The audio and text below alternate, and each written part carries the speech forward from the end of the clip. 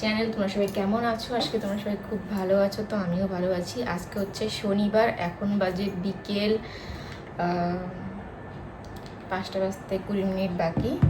তো এইমাত্র খাওয়া দাওয়া করলাম আমি আর সোনুর বাবা চলে গেছে ডিউটি। তো এখন যাব হচ্ছে বাবার বাড়িতে। তো হঠাৎ করে দুপুরবেলা মা ফোন করেছে, আমাকে যেতে বলেছে। তো আমি তো রোজ দিনই যাই, তো শনিবারটা মানে খুব কমই যাই, আর গেলেও আর কি মানে ঠিক নাই যাওয়ার আর কি, যাতে শোনার মাঝে মধ্যে পড়া থাকে। তো আজকে ফোন করে বললো কি আমাকে যেতে হবে একটু তাড়াতাড়ি, কিন্তু আমার তাও দেরি হয়ে গেছে, কি রোদ্দুর না একদম দেরি করে যাচ্ছি। আর বলেছে একটা সারপ্রাইজ আছে, কি ভগবান জানি। সবাইকে ফোন করে বলছে হ্যাঁ যে বিকালে কিছু একটা হবে বাড়িতে, এবার কী হবে আমিও জানি না। আমাকেও বলছে কি হবে একটা, কিন্তু জিজ্ঞেস করছি বলছে না। মা বাড়িতে ফোন করেছে আমার মামাতো বোনকে, এবার ও আমাকে ফোন করে জিজ্ঞেস করে দিদি কী হয়েছে দুধ হয়েছে। আচ্ছা আমি নিজেও জানি না। তো সবাই মানে অপেক্ষায় আছে কি হবে কি না হবে ওটা জানার জন্য। তো মা বলছে কি দিদির ভিডিও দেখিস তাহলে জানবি। হ্যাঁ বললাম তাহলে ওটাই হয়তো, দেখিস ভিডিও তাহলেই জানবি। তো বলছে মোবাইল স্ট্যান্ড নিয়ে যাবি, এই যে স্ট্যান্ড রেডি করেছি, স্ট্যান্ড নিয়ে যাবো। এটা নিয়ে যাই না, তো কী যে হবে ভগবান জানে। তো আমি তো হচ্ছে শনিবার করে বিশেষ করে বাড়িতে গেলে খুব নাইটি পরেই যাই, কারণ রবিবার দিন বাড়িতে অনেক কাজ থাকে, এই জন্য আর ধোয়া দিয়ে থাকে, এই জন্য এক্সট্রা জামা কাপড় বাড়াই না আর কি। তো আজকে বলছে নাইটি পরে যাওয়া যাবে না, কুর্তি পরে যেতে হবে। তো একেই তো মাথায় সকালবেলাতে এক গাদা তেল দিয়েছি। আমি সকালবেলা ভাবছি কি আজকে হচ্ছে রবিবার, তো সকালে ঘুম থেকে উঠে তেল দিয়েছি যে কাজকর্ম করে তারপরে শ্যাম্পু ট্যাম্পু করবো ঘরের কাজকর্ম সেরে। তারপরে ভাবলাম ও আজকে কি রবিবার না, তো শনিবার। আর ভাবো যে মাথায় এক গাদা তেল, তো মাথাটা ভালো মতো আশ্রয় বেরিয়ে করে নিলাম। আর তেল দেওয়ার চলে নিজেকে একদম রুগী রুগী মনে হয়। তো যাই হোক, এখন হচ্ছে ওই বাড়িতে যাবো। তো প্রথমে নাইটিটা চেঞ্জ করতে হবে, কি দুঃখ। নাইটিটা পরেছিলাম নতুন নাইটিটা, এটা যাই হোক আগে নাইটিটা পাল্টাই, তারপরে আবার দেখা হচ্ছে তোমাদের সাথে। সত্যি কথা বলতে তেল দিয়ে না কোথাও যেতে ইচ্ছা করে না। এই যে হচ্ছে সোনু রেডি, তেল দিয়ে না কোথাও যেতে ইচ্ছা করে না। আগে বড় বড় চুল ছিল, তেল দিয়ে বেনুনি করে তাও জমা দিতে, এখন ছোটো ছোটো চুল করার লেছে। যাই হোক, তো যাই, কি যে আছে আজকে বাড়িতে আমি নিজেও যাই না। তো মা হচ্ছে ফোন করে বলেন নাই, কিন্তু এই কাকির কাছ থেকে আমি শুনেই নিলাম। ওই যে মা দাঁড়ায় আছে রাস্তায় ওইখানে, শুনেই নিলাম ওই কাছ থেকে। আমরা তো শুনেই নিলাম যে হবে আজকে, কি যে হবে শোনো আজকে। তা দিদান যে কি প্ল্যান করছে।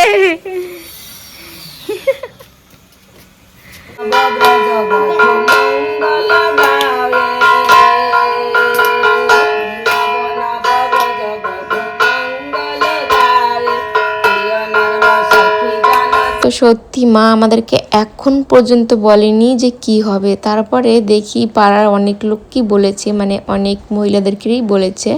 তো তারপরে সবাই এক এক করে আসে, আর এখানে এই ঠাকুরের ছবি টবি নিয়ে আসা হয়, আসন বিছানো হয়, আমাকে এগুলো করতে বলে। আমি ভাবছি তাহলে হয়তো কীর্তন টীর্তন হবে, তো কীর্তনও তো আছে, তার সাথে আরও কিছু আছে। তো শেষ পর্যন্ত কি আছে সেটা পরে আর কি জানতে পারি। তো এখানে কীর্তন শুরু হয়েছে, আর সবাইকে শোনো হচ্ছে তিলক পরিয়ে দিচ্ছে। ওই দেখো আগের দিন কীর্তনে আমি পরিয়ে দিয়েছিলাম, মন দিয়ে দেখে যে এতটুকু শিখেছে সবাইকে দিচ্ছে। তো এখানে দেখো মা শুধু বলেছে আমাদের বাড়িতে আজকে কিছু একটা হবে, সবাই যেন আসে, সব বাড়ির মহিলারা যেন আসে। আর সত্যি এই কথা শুনেই সবাই এই যে এসেছে। সত্যি ওই দিন কীর্তনেও এতটা ভিড় হয়নি, আজকে যতটা ভিড় হয়েছে। আজকে তো বলেনি কি আছে, এই জন্য সবাই মানে কি আছে একটা ভেবে এসেছে। আর এখানে এই যে দিদারা আর কি কীর্তন করছে, সে হচ্ছে থাকে বৃন্দাবনে। তো এখানে কদিন ধরে এসেছে আমাদের বাড়িতে, ওই 2-3 রাত হলো আছে আর কি, মাঝে একদিন বাড়িতে গিয়েছিল। তো এখন এই যে কীর্তন করছে।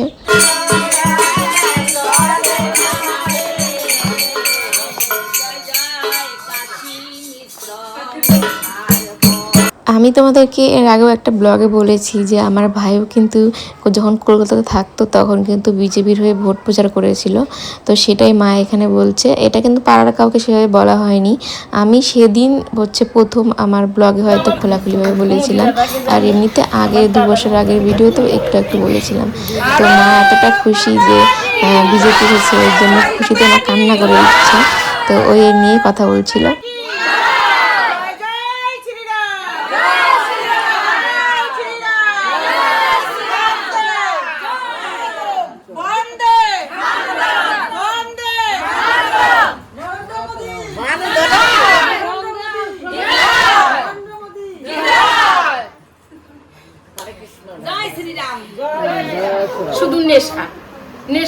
নেশা, নেশার জন্য ছেলে পেলে নষ্ট হয়ে যাচ্ছে।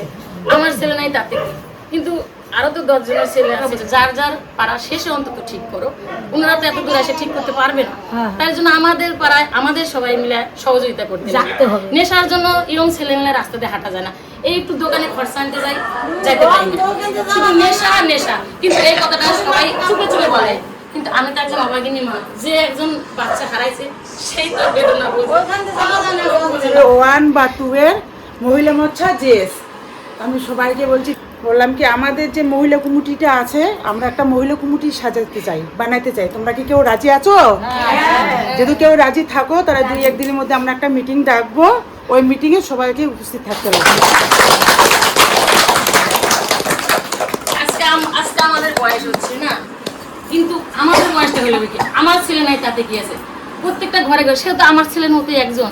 আমি একজন যেমন সন্তান হারার মা, তেমন আমি চাই না যে কোনো নেশা করে অন্য কোনো সন্তান আর হারায় যায়। জায়গাটা ভালো বানাবে, নারীদেরকে সুরক্ষা দেবে, তার জন্য আজকে সরকারও গঠন হয়েছে। তাই সেই আনন্দে মানে আমি একটা কিন্তু অভাগিনী মা, কিন্তু সে দুঃখ আমার ভিতরে আছে। কিন্তু এই যে সরকার হয়েছে সে আনন্দও আমার ভিতরে আছে। দুইটা জিনিস নিয়ে আমার চলছে, একটা দুঃখের জীবন, একটা সুখের জীবন। কিন্তু তবু চাই যে সবাই মা বাবাই ভালো থাকে। কেন আমার মতো আরো সবাই এরকম কাঙ্গাল মা হবে? আমি চাই না যে মানে দুঃখের মধ্যে একটা আনন্দ, ভালো মন্দ নিয়ে দুটে, দুঃখের মধ্যে একটা আনন্দ। আমার যে বৃন্দার মধ্যে মা বসাই আসছে সে একটু ভাগবত হবে। তোমরা সবাই একটু চুপচাপ শোনো, আর আমার কোনো ভুল থাকলে তোমরা সবাই ক্ষমা করো। জয় জয় শ্রীমদ ভাগবত গীতা প্রেমানন্দে।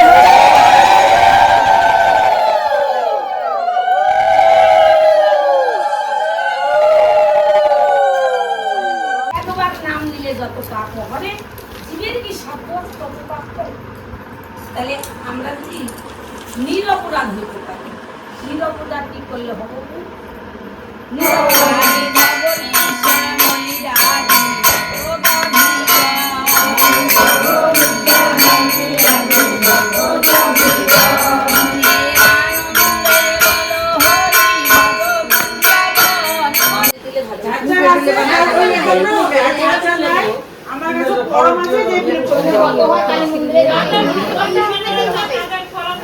তো দেখো কীর্তন শেষ, এরপর সবাইকে ঝুড়ি ভাজা বুন্দিয়া মুড়ি খাওয়ানো হয়, সবাই সবার বাড়ি চলে যায়। এখন বাজে রাত হচ্ছে 11টা। আর মা এখানে মাথা ব্যথা নিয়ে বসে আছে, কারণ সারাদিন মাথার মধ্যে অনেক চাপ নিয়েছিল, কাউকে কিচ্ছু বলেনি কি করবে না করবে, এর জন্য এখন মাথার কাজে দিচ্ছে না, মানে মাথা এখন যন্ত্রণা হচ্ছে। এখন মাকে মাথায় তেল জল মালিশ করে দিলাম।